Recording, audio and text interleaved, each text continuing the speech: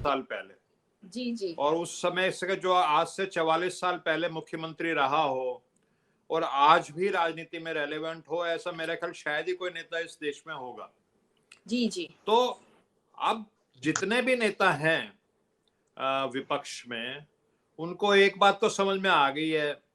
अब उसमें मैं उनको भी शामिल करता हूं जो उद्धव ठाकरे हैं, शिवसेना जो अलाई रहे हैं बीजेपी के, नीतीश कुमार जी हैं जो अलाई रहे हैं बीजेपी के, और अकाली दल जैसे पार्टियां। तो जी जी। सब पार्टियां जो इवन गठबंधन में भी रही भारतीय जनता पार्टी के साथ, तो उनको ये समझ में आ गया कि भारतीय जनता पार्टी, मोदी, शाह, ये ऐसे लोग हैं जो अपने ये जी जी। गठबंधन के साथियों को भी निगल जाते हैं। जी जी। तो अब जो 2019 में बात थी, तो तब तो आपस में सब लोग इकट्ठा नहीं हुए। लेकिन इस बार जो गोलबंदी है वो बहुत जबरदस्त तरीके से हो रही है।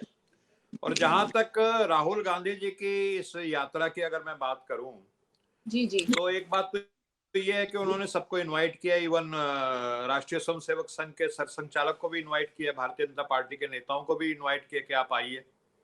तो उनकी अपनी कोई इनहिबिशंस हो सकती हैं, लेकिन शुरू से ही कन्याकुमारी से जहां से ये राजनीति शुरू हुई, तो जो डीएमके के और तमिलनाडु के जो मुख्यमंत्री हैं स्टालिन साहब, वो उसमें शामिल हुए। वो भी साथ जुड़े। जी जी। केरल में, हाँ, केरल में एक रिवोल्यूशनरी सोशलिस्ट पार्टी है, वो इसमें शामिल हुई। जी कर्नाटक जी। से भी अभी गुजर रही है, तो जनता दल एस जो सेकुलर है जनता दल, जी जी। उसके काफी नेता इसमें शामिल हुए हैं। देवेगौड़ा जी तो नहीं हुए हैं शामिल, जी लेकिन उस पार्टी का समर्थन इनको मिल रहा है।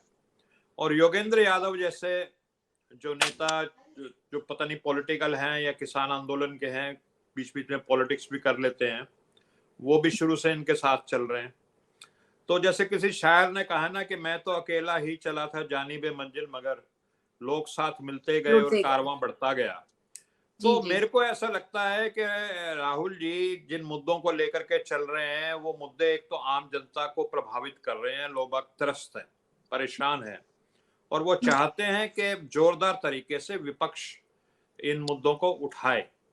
और पीछे काफी निराशा भी रही है आम जनता की, क्योंकि आम जनता को जब सरकार से तकलीफ मिलती है, कष्ट मिलता है, दर्द मिलता है, तो वो विपक्ष की तरफ देखते हैं कि ये हमारी लड़ाई लड़ेंगे। आम जी जी। जनता जब तक उसको लीडरशिप नहीं प्रोवाइड की जाए, वो अपनी लड़ाई नहीं लड़ पाते। बिल्कुल तो ठीक। उनका नजर होता है और उनको लगता है कि कहीं ना कहीं फेलियर रहा विपक्ष का, कि मोदी और शाह और ये जो भी इनकी नीतियां रही, उसका जोरदार तरीके से विरोध नहीं हुआ और अब मनमानी कर रहे हैं। तो अब धीरे धीरे जैसे जैसे यात्रा बढ़ेगी, मुझे लगता है कि उत्तर प्रदेश तक आएगी, तो शायद और भी विपक्ष के नेता इसमें शामिल होंगे, जो उत्तर प्रदेश में जिनका प्रभुत्व है, जिनका महत्व है।